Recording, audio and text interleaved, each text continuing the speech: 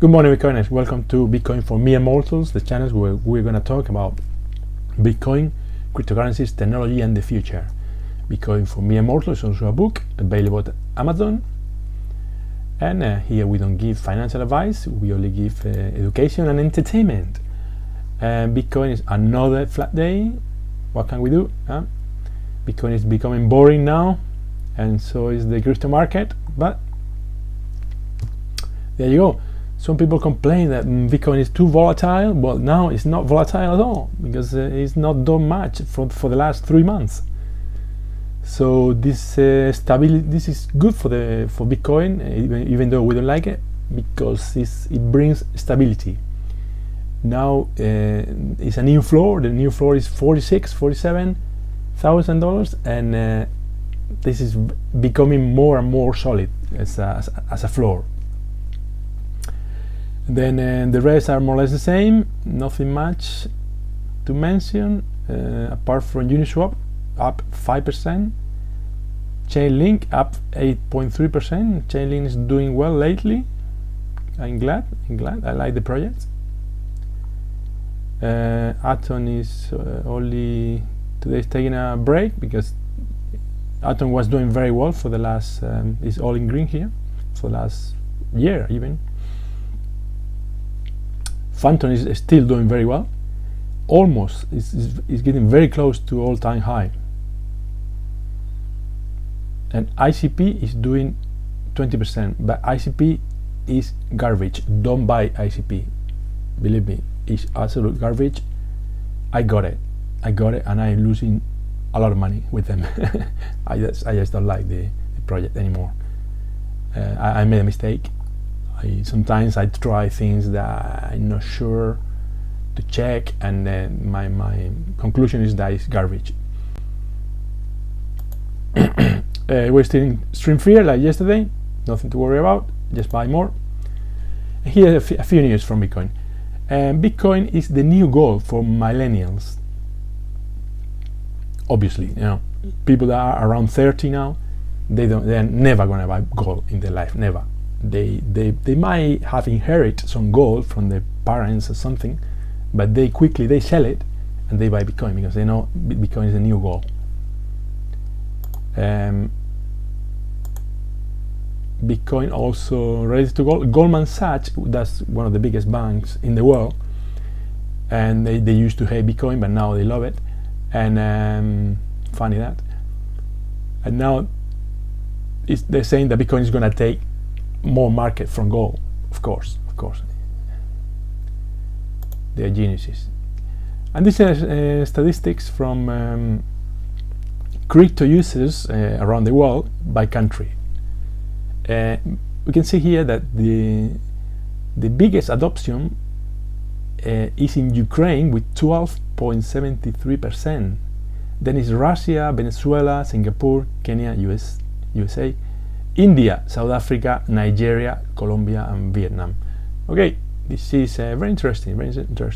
First, Ukraine. Well done for Ukraine. I mean, what's the reason why Ukraine is investing in Bitcoin? Because they are next to Russia and they are being threatened by the big brother of Russia. And in times of instability, you wanna look for a safe haven. Usually people invest in gold, things like that. But now the new gold is Bitcoin, obviously. And Russia is probably, because they don't want Ukraine to be richer than them, they're investing as well, like crazy. It's almost the same. And then you go Venezuela because of inflation. I mean, they have a currency that is worth nothing, so they have to invest in something that is solid, like Bitcoin. Then Singapore is a very different case. Singapore is one of the richest countries in the world. They are very technological, they are very open for business and for technology, and they are attracting a lot of talent.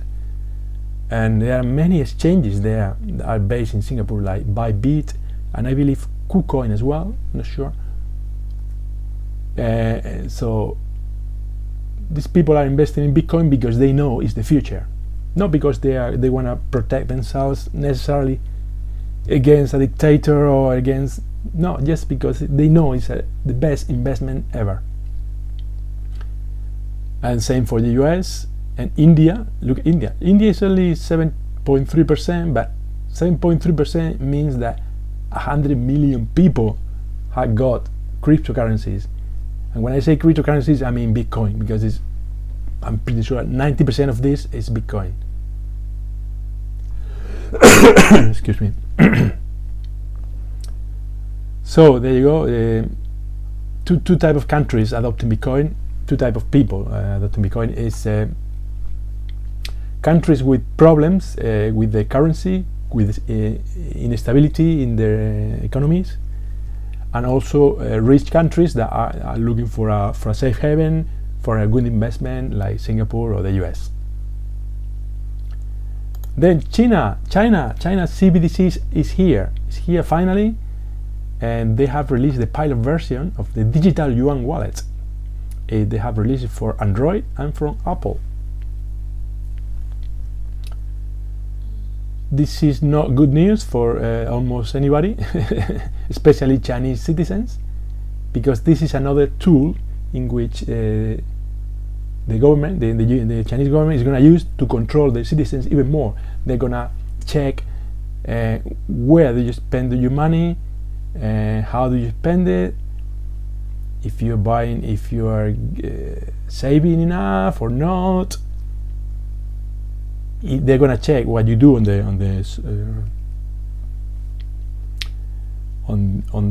internet. If you comment anything in social media about against the government, they are gonna block your wallet. They're gonna take money from your wallet as a fine. They have absolute control over your money and over your life. So I believe this is actually gonna be good for Bitcoin, because Chinese citizens, even though it's banned, even though Bitcoin is banned in China, they are going to look for ways to invest in Bitcoin. There's in the black market or using VPN or something. There are ways to invest in Bitcoin even in China, and they are going to look for that, because if you only have digital yuan, you're doomed. Basically, you're doomed as a citizen. You're doomed. Ethereum, couple of years about Ethereum 2.0 has a new record in staking. It means that a lot of people are trusting that the migration to 2.0 is going to go well, and they decide to put their money there. They decided to stake Ethereum 1.0, and then they will get back Ethereum 2.0, and the interest rate they are paying for that is about 5%. I don't necessarily recommend that, because your money will be frozen and you never know what's going to happen. So for 5% is no, I don't think it's worth it. But yeah, there you go. Also, Cointelegraph says that they reckon the Ethereum is going to reach 5,000 soon, in the next couple of months, and because they are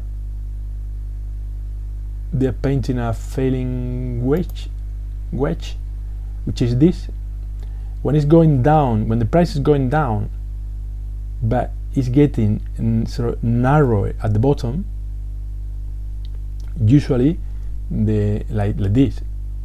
Usually, the next movement is upwards, and then it should have another trend going upwards here.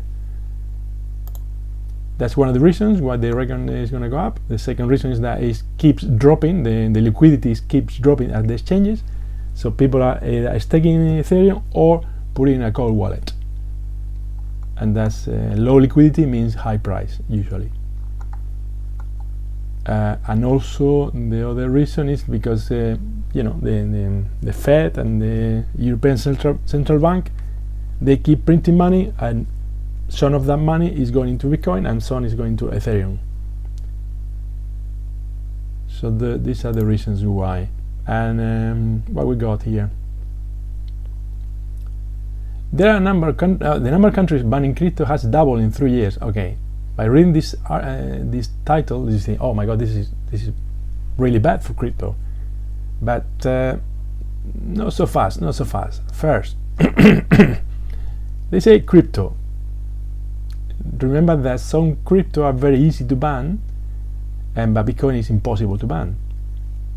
Double, okay, if it goes from 1 to 2, that's double, but that's not a lot in increase. In fact, it was last year it was four countries, and now it's nine countries, so it's not a lot. And the bans are partial bans, and probably only temporarily. But the countries, another good thing to notice is that, look at the countries: Egypt, Iraq, Qatar, Oman, Morocco, Algeria, Tunisia, Bangladesh, and China. All of these countries are Muslim, and then you got China. I'm not sure, but I bet you that it's something to do with the halal money, that they don't follow this in the Sharia banking laws, something cultural like that.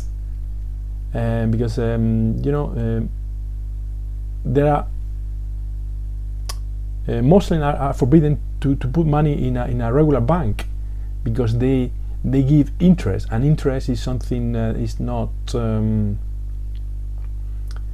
according to the Sharia law is not accepted, or something like that. Don't quote me on that, but they do Muslim banks, and usually they don't pay any interest. And because Bitcoin is giving so much appreciation and even interest, so that's probably the reason why. It's more like something like cultural, something like that.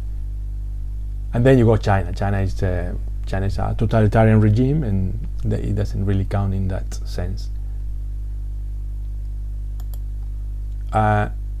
Solana is a great project. It's gonna go through the roof, but always remember the risk of centralized projects like Solana. Solana is here, is 5th in the ranking. It went up to 259. Now it's down 50% from there. But just remember that the more centralized a project is, the more risk for attacks, hackers, regulation, and all that. So if you don't want to risk, you should go to Bitcoin. The lower you go here, the more risk you are taking. What else we got here? And we've gone from Web 1.0 to Web 2.0, and now they are trying to build Web 3. This one is not 3.0 for some reason. They removed the 0. On the Web 1.0, you had to put your username and password. Now you only sign in with Google, Facebook, or Twitter. And on the Web 3, you connect your wallet, and then they know who you are, and they can charge or pay you money depending on your interaction with the web page. And finally, we go here. If you are the evolution of a Bitcoiner, right? If you've been a Bitcoiner only for a week, when it goes down, you sell. If you've been a Bitcoiner for a year, when it goes down, you buy more. And when you've been a Bitcoiner for 4 years, when it goes down, you don't buy more, because you don't have any fiat anymore, because you already got rid of all your fiat. This is all I got for today. Thank you for watching. Remember to subscribe, share, notification bell, comment, and I will see you tomorrow at the same time. Thank you.